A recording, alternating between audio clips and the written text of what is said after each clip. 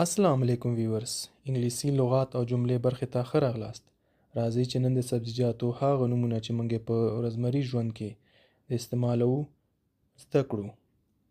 ویجیټیبلز یعنی سبزیجات، ټومیټوز یعنی رومیان، ټومیټو رومي ته ویل کېږي او که ای اس ورسره اضافه شي نو جمع راځي یعنی ټومیټوز رومیان. اونین پیاز، اونین یعنی پیاز. گارلک اوگا، گارلک یعنی اوگا.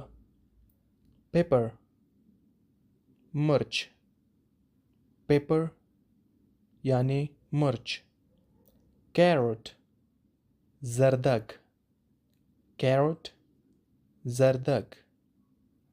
لیمن یعنی لیمو، لیمن لیمو. لیٹس یعنی کاہو، لیٹس کاہو.